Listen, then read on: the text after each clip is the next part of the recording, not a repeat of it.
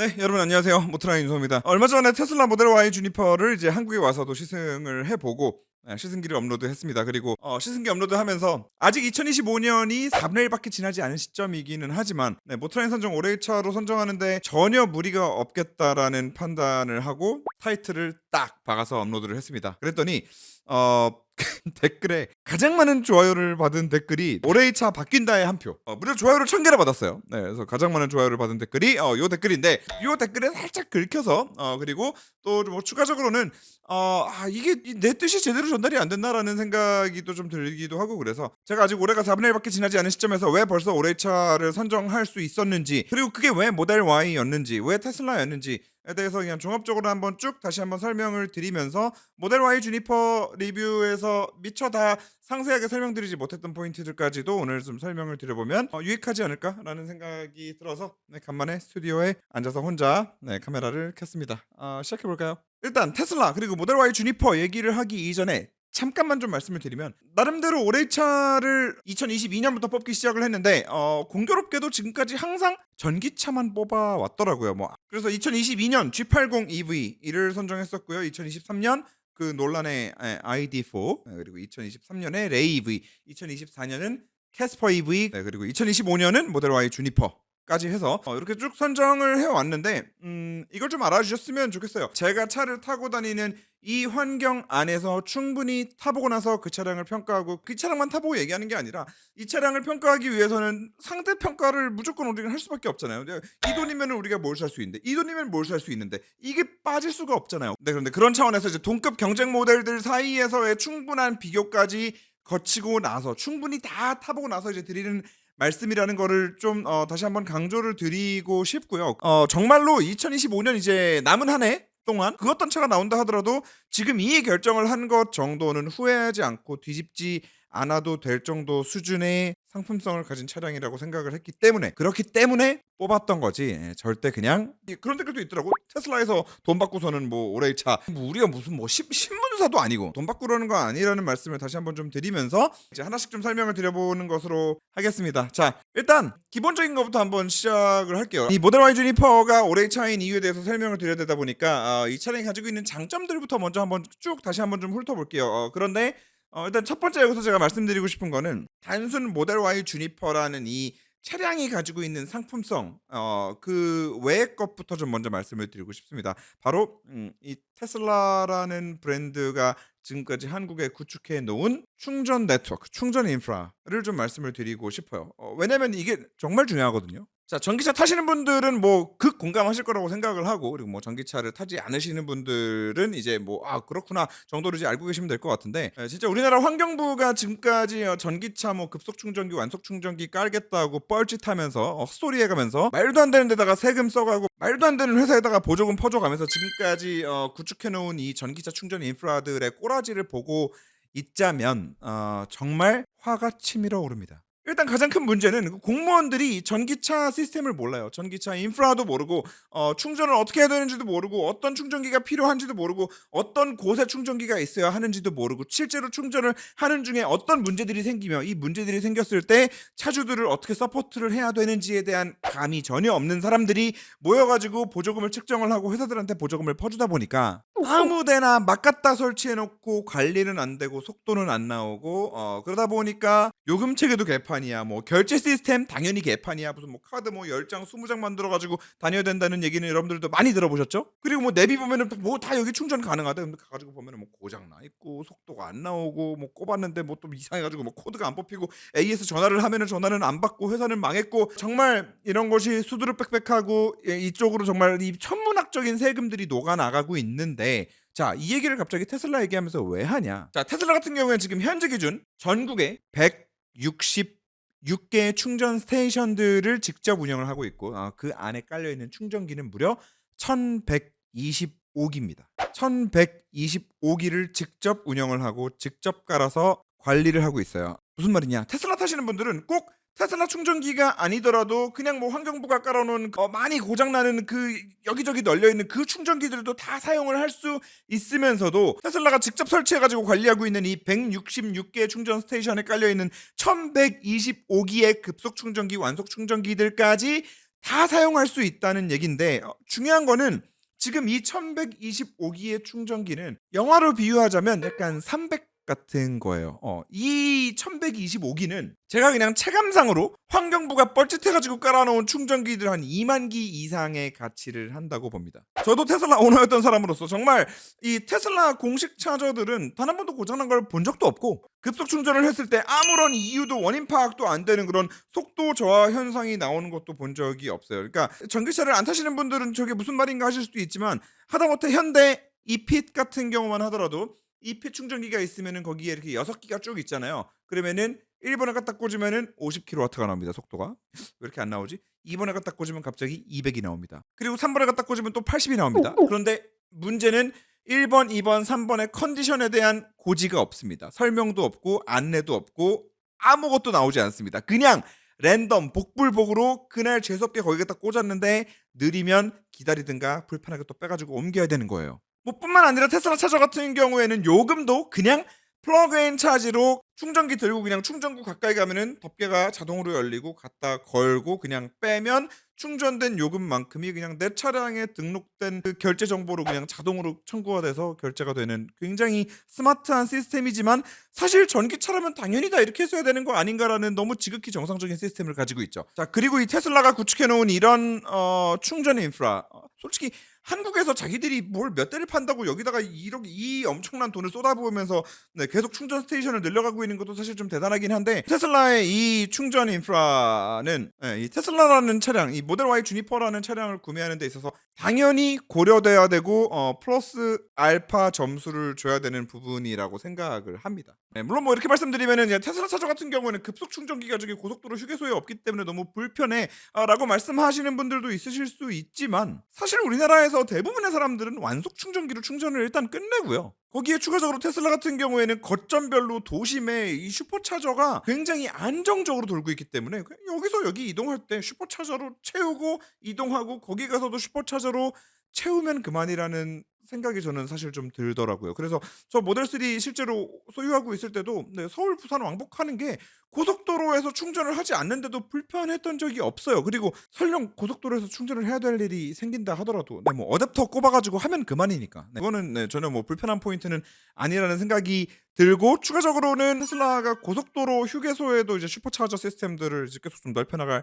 예정에 있다고 합니다. 뭐 얼마나 빨리 이루어질지 모르겠지만 전기차를 타면서 이 충전과 관련돼서는 걱정이 많을 수밖에 없고 좀 불편함으로 다가올 수밖에 없는 부분들을 테슬라만큼 잘 해결해 나가고 있는 브랜드는 본 적이 없고 그렇기 때문에 모델 Y 주니퍼의 장점 첫 번째는 저는 사실 이걸로 꼽습니다. 그래서 올해의 차를 뽑는데 이것도 당연히 좀 고려가 되었다는 말씀을 좀 드리고 두 번째는 저는 이번에 올해의 차로 뽑을 때 굳이 따지자면 모델 Y 주니퍼의 LFP, RWD 모델을 올해의 차로 꼽은 거거든요. 그리고 여기에는 명확한 이유가 있는데 일단 첫 번째 가격이 싸고요.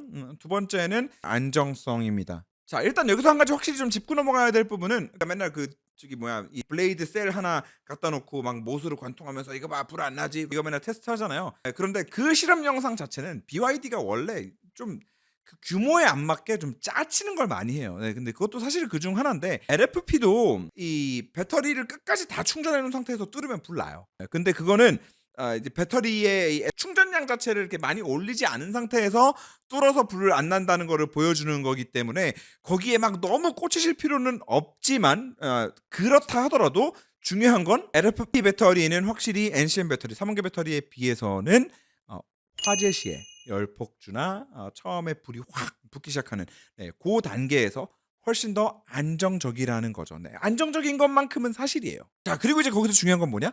안정적인데 가격까지 고려했을 때 모든 걸 다 고려했을 때 주행거리까지 이 정도로 뽑아버리면 LFP를 사실 우리가 욕할 이유가 있어? 라는 생각이 이제 들기 시작을 하는 거죠.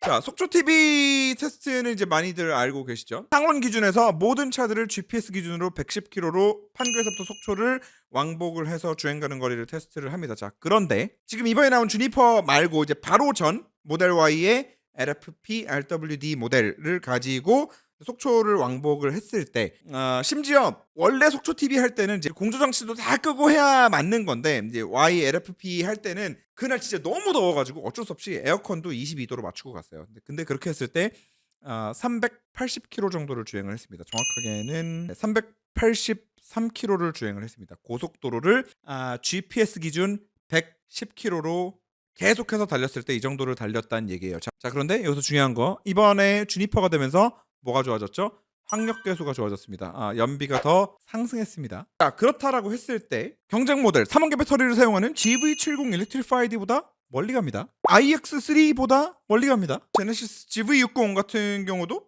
딱 395, 400 탔거든요. 그럼 과연 이게 LFP라고 깔 수 있습니까? 물론 이 리튬 인산철 배터리 LFP 배터리를 사용하면서 정말 좀 그 낮은 퀄리티의 상품성을 보여주는 전기차들도 있습니다. 하지만 중요한 건 우리가 뭐 LFP니까 무조건 욕하고 뭐라서 무조건 좋고 뭐 이렇게 얘기할 게 아니라 결국에 이거를 테슬라라는 브랜드가 가지고 가서 어떻게 패키징해서 이 LFP를 다루는 소프트웨어는 또 어떻게 튜닝을 해서 지금까지 얼마나 많은 데이터를 쌓아서 이 데이터들을 또 차에 어떻게 활용을 해서 결과적으로 우리가 이 차를 어떻게 쓸 수 있는지만 우리는 보면 되는 문제란 말이죠. 깔끔한 거예요. LFP 혹시라도 사고 났을 때 안정성 더 좋아. 근데 동급 다른 모델들 대비해서 주행 가는 거리가 꿀리지 않아. 충전 속도 물론 현대 기아의 그런 800V EGMP 시스템 EGMP는 꼭 800V가 아니지. 그 800V 버전 EGMP랑 비교한다면 분명히 급속 충전 같은 경우에는 그 현대 기아 차량들이 더 우위를 점할 수 있는 부분들이 있겠지만 대부분의 사람들이 전기차를 운영하는 환경은 그 급속 충전기를 이렇게 매일 갖다 꽂을 일이 없단 말이죠. 그렇기 때문에 저는 이 모델 Y에 와서의 LFP 배터리는 분명히 저는 장점으로 작용되는 요소가 전 분명히 더 크다고 보고, 추가적으로는 테슬라가 결국에 이 LFP 배터리를 차량 안에 얼마나 더 촘촘하게 많이 넣어서 에너지 밀도를 올리려고 얼마나 많은 노력을 했는가, 이거를 하기 위해서 셀 투 바디 타입의 샤시를 사용을 하고 기존 레거시 자동차 브랜드들이 시도하지 않아왔던 그런 구조 공법들까지 사용을 해가면서 에너지 밀도를 올리려는 그런 노력들을 했기 때문에 사실 이런 상품성이 나오는 거거든요. 그냥 뻘로 나오는 게 아니란 말이죠. 그리고 샤시 얘기가 나와서 말인데 뭐 모델 Y 같은 경우에는 처음 공개됐을 때 이후에 이 플랫폼이 계속 수정이 되고 있습니다. 이제 미국에서 생산되는 모델 Y 같은 경우에는 앞쪽까지 기아 캐스트로 바뀌었습니다. 그런데 방금도 말씀드렸지만 이제는 셀 투 바디 타입으로 배터리 셀들로만 이루어져 있는 배터리 팩이 차체의 바닥 역할, 이 플랫폼의 바닥 역할까지 대신해주는 이런 단계까지 이 플랫폼이 계속 좀 중간에 진화하고 있거든요. 근데 이 와중에 결과적으로 소비자 입장에서는 어떤 또 큰 수혜를 하나 볼 수 있냐면 이 샤시에서부터 주는 강성, 여기서부터 주는 이 견고함, 여기서부터 주는 이 고속 안정감, 그리고 스포티함, 이런 것들이 또 이 동급 경쟁 모델들에서는 절대 느껴볼 수 없는 그 정도 수준의 이런 샤시 강성을 좀 느낄 수 있게 해주는 것 같아요. 특히나 주니퍼 같은 경우에는 단지 아직까지도 그 좀 하드한 서스펜션을 가지고 있는 그 느낌과는 별개로 바디의 강성이 정말 좋다라는 느낌을 운전을 하면 할수록 굉장히 좀 많이 받았는데, 그게 결국에는 그냥 뭐 대충 한두 개 뭐 이렇게 저렇게 뭐 바꾸고 뭐 요거 조금 잘하고 저거 조금 잘해서 되는 게 아니라, 사실 어찌 보면은 레거시 브랜드들의 장점이라고 할 수 있었던 차의 기본기, 이런 플랫폼을 만들고 샤시를 잘 만들고 하는 것들을 테슬라가 너무 잘해서 거기서부터 나오는 느낌이라는 전 생각을 가지고 있기 때문에 그 또한 굉장히 큰 장점으로 저는 꼽았고요. 그리고 뭐 주행보조 장치는 뭐 말해 뭐 합니까? 주행보조 장치의 성능이라고 한다면 당연히 차선 중앙을 얼마나 강건하게 운전자한테 엄청난 신뢰감을 줄 수 있을 정도로 안전하게 계속해서 유지하고 갈 수 있느냐가 전 가장 중요한 요소라고 보는데, 그 면에 있어서 여전히 그 어떤 브랜드도 아직까지 이 정도 수준을 구현하는 브랜드는 없습니다. 물론 이제는 정말 많이 상향 평준화가 됐기 때문에 막히는 길에서 어떤 브랜드들도 그냥 뭐 다 이거에 도움을 받을 수 있을 정도는 되지만, 극단적으로 절대 그렇게 하면 안 되는 거지만 극단적으로 아직도 운전자들이 깜빡하고 졸아서 30분 정도 막히는 길을 계속 가다가 자다가 깨도 그 길을 안전하게 가고 있을 가능성이 가장 큰 브랜드를 얘기해보라고 하면은 당연히 테슬라입니다. 그리고 여기에 테슬라가 이제 정말 무서운 거는 그거죠. 현재는 제가 이 향상된 오토파일럿 같은 거 돈 주고 살 필요 없다라고 뭐 얘기하고, 이 안에 들어가 있는 이런 뭐 자동 주차 시스템 같은 것도 아직은 너무 멍청하고 아직은 좀 너무 쓰기에는 불편해서 지금 당장 돈 주고 결제할 필요 없다라고 생각을 하지만서도, 진짜 갑자기 하루아침에 1년이 됐든 2년이 됐든 있다가 예, 테슬라가 업데이트 한 번으로 엄청나게 발전된 자동 주차 시스템이라도 집어넣어 주게 된다면 그때 가서 500만 원이든 600만 원이든 결제하면은 이제 내가 집 앞에 와서 주차를 내 손으로 직접 하지 않아도 되는 그런 옵션을 또 하나 내가 손에 넣을 수 있는 그런 가능성까지도 가지고 가는 모델이잖아요. 테슬라라는 모델들은. 네, 그러다 보니까 이런 부분에 있어서도 네, 사실 다른 브랜드들과는 차원이 다른 가능성을 또 가지고 있는 모델이라는 생각을 해서 주행 보조 장치 같은 경우도 정말 이 다른 차량들과는 비교할 수 없는 네, 이제 테슬라만이 가지고 있는 장점이다.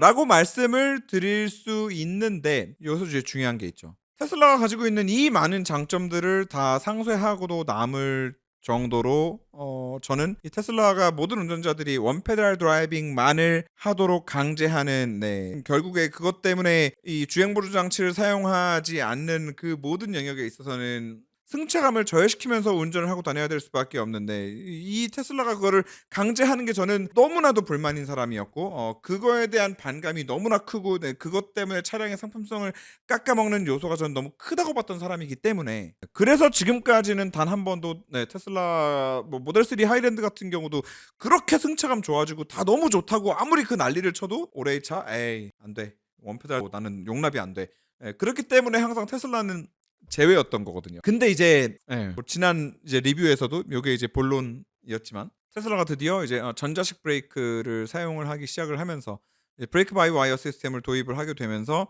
테슬라도 회생제동을 컨트롤할 수 있게 된 거죠. 제가 생각하고 있었던 테슬라의 가장 큰 이제 단점이 이제 사라지게 되면서 지금까지 말씀드렸던 이 모델 Y 주니퍼의 장점 그리고 이 테슬라라는 브랜드가 가지고 있는 장점들만 딱 이제 남게 됐고 이 정도면 올해 테슬라 모델 Y 주니퍼의 올해의 차 줘도 난 이제 후회가 없다라고 이제 말씀을 결국에는 드릴 수 있었던 겁니다. 자, 그래서 뭐 이렇게 본론은 어느 정도 다 말씀을 드리긴 했는데 그래도 이제 한 번 더 좀 깊게 들어가는 영상이니까 전에도 이 스튜디오에서 이 테슬라가 원페달 드라이빙을 강제하는 이유에 대해서 좀 상세하게 한번 설명을 드린 적이 있기는 한데 그 영상을 뭐 또 추가로 참고하셔도 되고요.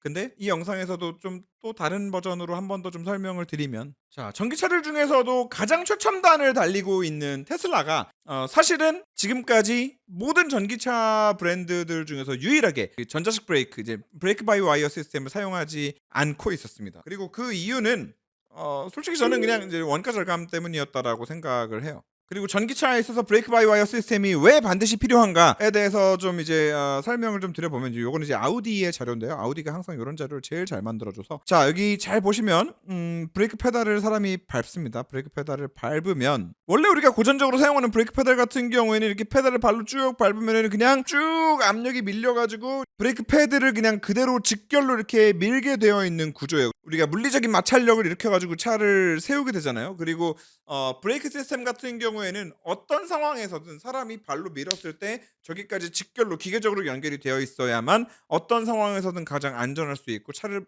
멈출 수 있다라는 것 때문에 정말 오랫동안 이렇게 사용을 해왔습니다. 자 그런데 지금 여기 보면은 중간에 아래로 하나 이렇게 쏙 빠지는 구간이 있죠. 얘가 뭐냐? 전기차가 되면서 브레이크를 밟을 때마다 우리가 물리적인 마찰력을 일으켜가지고 자꾸 차를 세워버리면 이 동안 전기를 생산할 수 있는 기회를 우리가 잃어버리잖아요. 그러다 보니까 지금 여기 이제 그림을 보면 이제는 어느 정도 이상으로 밟기 전에는 이게 그냥 발로 미는 게 아니라 이 발로 미는 신호가 전자적으로 아래에 있는 장치에 전달이 돼요. 그러면은 이 아래에 있는 장치는 운전자가 지금 브레이크 페달을 얼마나 밟았네? 라는 걸 딱 인식을 한 다음에 자기가 이제 판단을 해서 지금 상황 그러면 브레이크 패드를 잡는 게 아니라 모터만 가지고 지금 이 사람이 원하는 요 정도 밟았으니까 요 정도 제동력을 필요로 할 거야.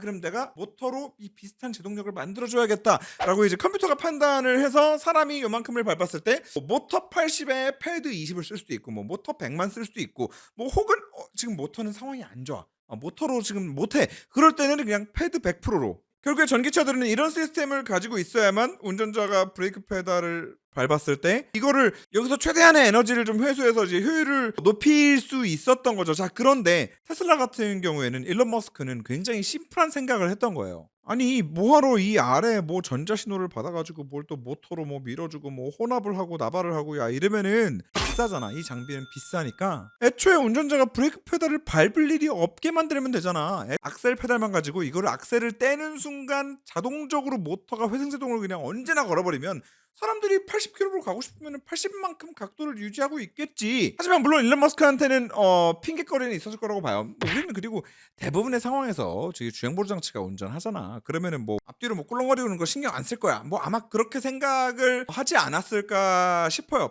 결과적으로 그렇게 해서 테슬라 같은 경우에는 이 전자식 브레이크 시스템을 안 쓰고 원페달 드라이빙을 이제 모든 사람들한테 다 강제하면서 오히려 원페달 드라이빙이 운전을 편하게 만들어라는 걸로 이제 사람들을 이제 막 좀 세뇌를 하기는 했는데, 물론 원페달 드라이빙이 편한 거 저도 알아요. 근데 이게 편한 특정 상황과 편한 특정 운전 환경이 있는 거지, 이걸 누구나 다 운전을 이렇게 하도록 강요하는 거는 저는 잘못됐다라는 생각을 하는 입장이고, 그리고 결과적으로는 지금 이것 때문에 페달 오인 사고도 굉장히 많아지고요. 그리고 개인적으로 원페달 드라이빙을 강제하는 게 이제 가장 싫었던 이유는, 저는 어떤 상황에서든 그냥 타력 주행할 때 그 부드러운 운전 느낌을 가장 중요하게 생각을 하고 그런 운전 스타일을 좀 좋아하는 사람이다 보니까 이 원페달 드라이빙을 사용해서는 우리가 무슨 시내 다니면서도 365일 모든 도로를 다 주행보조 장치 사용할 게 아니잖아요. 그러다 보니까 어쩔 수 없이 신호가 바뀔 것 같아라고 하면은 이제 악셀을 떼고 우리가 브레이크를 밟아야 되나 말아야 되나 좀 고민을 하는 타이밍도 있고,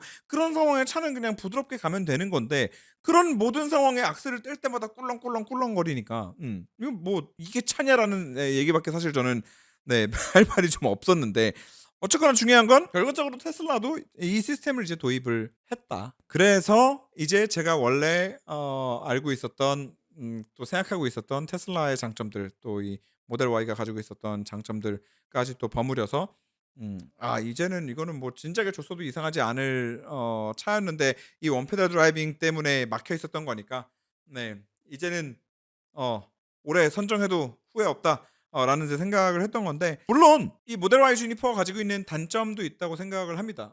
여전히 같은 가격대의 동급 경쟁 모델들과 비교를 해서 생각을 한다면 안 좋은 승차감을 가지고 있습니다. 이번에 주니퍼 때 뭐 엄청 개선이 됐다라고들 많이 말씀을 하시는데 저는 그렇게 느끼지 않거든요.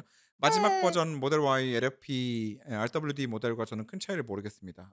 그리고 꼭 뭐 전 모델보다 뭐 좋아졌다 나빠졌다를 다 떠나서 그냥 지금 Y 주니퍼를 경쟁 모델들 폴스타 4나 아이오닉 5 이런 차량들과 비교를 했을 때 승차감 당연히 떨어집니다. 물론 그럼에도 장점들이 이거를 상쇄하고도 남을 정도로 크다라고 생각을 하지만서도 이런 단점들도 있다라는 말씀을 좀 드리고 싶었고, 그리고 요건 이제 방금도 말씀드렸지만 이제 드디어 테슬라가 전자식 브레이크 바이 와이어를 사용을 하면서 이제 회생 제동을 컨트롤할 수 있게 해줬잖아요. 근데 이제 이건 이제 욕심일 수도 있지만 이왕 컨트롤할 수 있게 해주는 거, 그냥 완벽한 타력 주행이 가능한 옵션까지도 넣어줬으면 얼마나 좋았을까. 다른 전기차들처럼 이제 원페달 드라이빙을 완전히 강제하는 거는 아니기는 하지만, 그렇다 하더라도 여전히 악셀 오프를 딱 했을 때 현대기아 차량의 회생제동 강도 한 1단계에서 2단계 사이 정도는 기본으로 좀 걸리기는 하거든요. 그러다 보니까 이제 그게 또 조금 이제 아쉽기는 하지만, 그렇다 하더라도 어쨌거나 기존보다 훨씬 더 이제 부드러운 주행이 가능해졌다는 것만으로도 큰 장점이 있는 차량 아닌가. 뭐 추가적으로는 이번에 시트도 굉장히 저는 좋아졌다는 생각을 하고요. 아마도 한 대 사지 않을까. 사게 된다면 이제 제 생애 두 번째 테슬라 구매가 될 것 같은데, 아마 레드 컬러의 화이트 시트에 LFP RWD 모델로 해서 구매하지 않을까. 그리고 향상된 오토파일럿은 당장은 안 넣을 계획이고, 그런 계획을 좀 또 가지고 있습니다. 여기까지 말씀을 오늘은 드리고, Y 주니퍼 같은 경우에 어쨌거나 속초를 갔다 올 겁니다. 오늘 제가 400 넘게 갈 거라고 예상을 했는데 실제로 그렇게 가는지 그래도 한번 테스트를 해보고 또 줄을 세워놔야 속이 좀 시원할 것 같아서 조만간 가게 될 텐데, 그때 또 라이브 재미있게 같이 시청해 주시면 너무 좋을 것 같고요. 그리고 혹시라도 Y 주니퍼 구매 관련해서 내가 지금 어떤 차량 Y 주니퍼랑 고민 중이다, 이런 거 좀 상담이 필요하다라고 하시는 분들, 빠방, 피카 글 써주시면 제가 다 답변 드리겠습니다. 네, 그렇습니다. 다음 영상에서 또 봬요. 끝까지 시청해 주셔서 대단히 감사합니다. 안녕히 계세요.